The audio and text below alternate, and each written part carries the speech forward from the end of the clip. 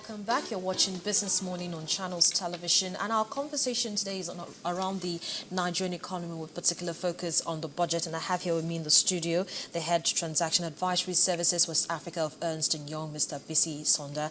Well, he's still here with me in the studio, as I said, and we're going to quickly, go through some of the tweets we've gotten from our viewers, and then we'll come back and go back to that question I asked you to hold on to before we went on the break. Now, this one is from Salter Swan. He says, what is the global responsibility of the Senate in terms of budget increase? Because our Senate always increase and decrease allocation. Is this what is applicable in other climes? No, the law on the responsibility of the Senate is very clear. It's the executive that determines what it's going to spend. And what we have seen over the years has been that, we've gone through some scandals in the past. You remember under Chief Obasanjo, there were, I think, about 2 or 3 ministers that had to go when it was alleged that they gave money to some subcommittee of the Senate to get their own budget provision passed. What am I calling attention to? The conduct of the Senate, which has come to the public, has not been particularly noble. They've probably improved significantly. Again, when I started my comments on this program, I called attention to the fact that decorum requires that the government should even respect the citizens. You don't consider it right that every year you will not pass the budget until about the third of the year has gone. It doesn't show respect for the electorate. But like the Senate President actually said in that report, yes, that now they should, as his other colleagues, should actually really work towards ensuring that. Yeah, and they've said that several times. I don't think that's what we want. We want them to perform, to show leadership, to show good conduct, to be a role model of doing things right and doing things rightly. Doing the right thing and doing it rightly, So the issue of tinkering with the reference, by the way, the budgetary system they are using now was an initiative of the World Bank. It was a precondition by the World Bank that if you do not reform your public financial management system, you won't enjoy the support of the development partners. And the World Bank also insisted that all the federating states should do the same. I don't know how many of them have done it. If you go and look at the Vision 2020 document, in fact, some of the states could not even submit their own plan in Vision 2020. That's to tell you the extent of the ineptitude of governance in this country. Go and check the document. There are still many states who are yet to submit their own documents. So it's not so. Maybe they don't even understand how this thing operates. Because when you have a reference price, because we are a commodity-based economy, and the shocks that happened to African economies in the 70s was the basis of ensuring that you have this cycle of 3 years to plan, and you start by looking at your revenue before you start talking of how you are going to spend it. So if the executive comes forward, the executive has the capacity and all the resources to project on what will be the price of our sole foreign exchange earner during the budget period, comes with a particular benchmark price. That's the oil, you're talking about oil. Yes, now. The benchmark price. And all that takes about 60% of the time of the Senate is to argue and fight that so that there could be more money to spend. And what do they allocate the additional money that they are increasing? But then again, it could also be that the reason for the argument is because of what they see happening on the global markets. Because we have to also remember that before they sit down to deliberate on these numbers, they actually consult with financial analysts. They actually consult the numbers from the global, because they understand totally that this is this is the goose that lays the golden egg for us in the country, oil. And so if they're putting it at $77.5 dollars per barrel, it's only begs to reason that they must definitely have seen, what's happening on the global stage before taking this decision. And both houses actually agreed.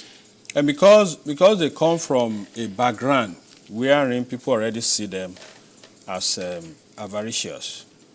Because these are people, we have the most expensive legislators anywhere in the world. It's based on facts.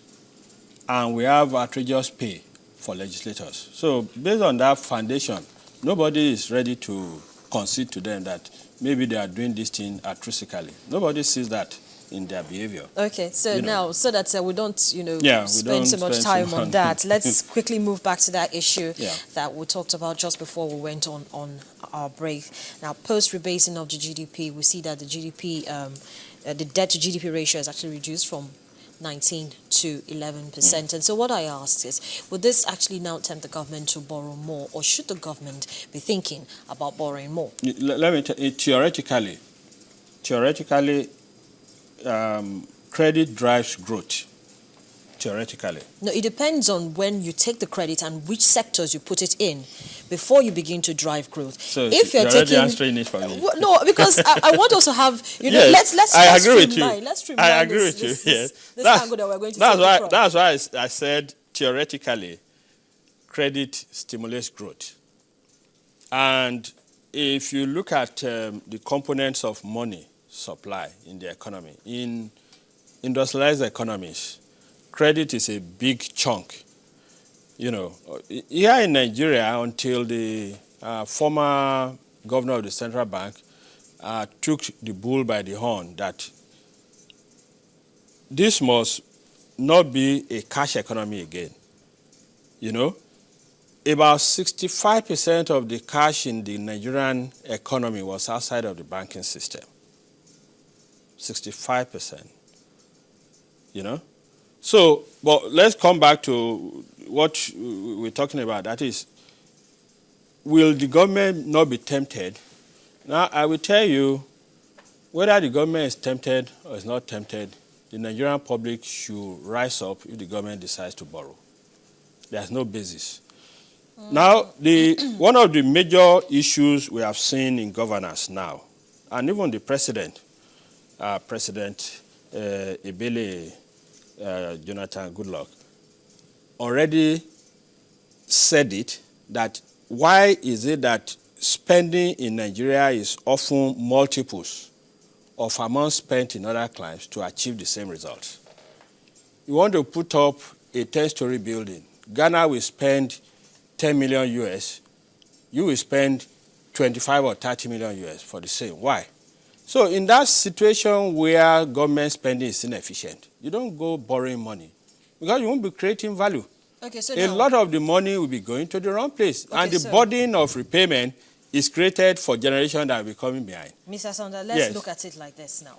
So if, for instance, the government, because you already started talking about it, but you didn't quite finish your thoughts there.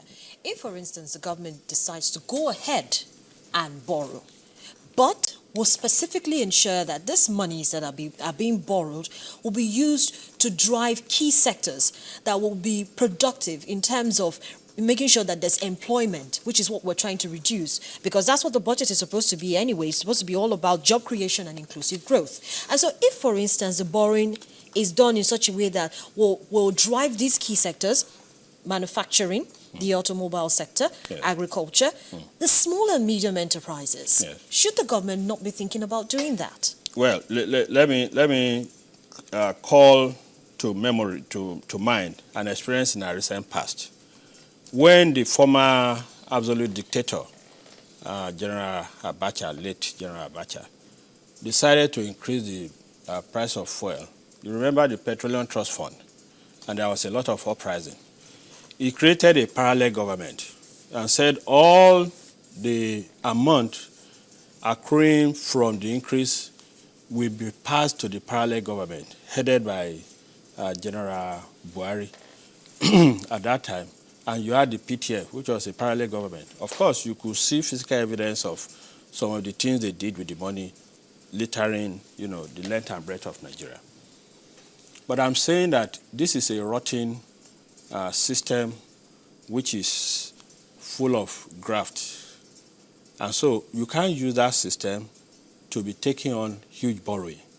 Because at the end of the day, there is too much hole in the process of spending money in government today that only will you achieve 60% of the objective that the money is borrowed for. So stay with the money you have. Waste it as much as you will waste it. Maybe over the next 30, 40 years, the wicked generation will all perish. And then the young Nigerians will have a better life to carry on, with the nation. So now, where we are right now, yeah, with the documents that we have that is going to be presented to the executive for onward signing and, of course, passing into law, what should we begin to do at the moment? Because we have a lot of numbers, we have a lot of statistics now that are playing in the market, and we know that, like you rightly said, we're not a developed economy, we're a developing economy, and we're also an emerging market, and so we're having a strong incursion of foreign investors coming into the country. And don't forget that WEFA is coming up. World Economic Forum Africa is coming up. And so now more than ever, Nigeria is actually in the spotlight. What should policymakers now begin to do to ensure that the budget becomes more inclusive and creates more jobs? Well, I won't deceive you. As I already addressed the fundamental issues we're having in the country now, and that is the gap between what we say we do and what we actually do. I mentioned an example of a key stakeholder in the Nigerian economy, the organized private sector, and its complaints about the port processes. And that repeats itself over and over, talking of institutions, weak institutions. That needs to be addressed.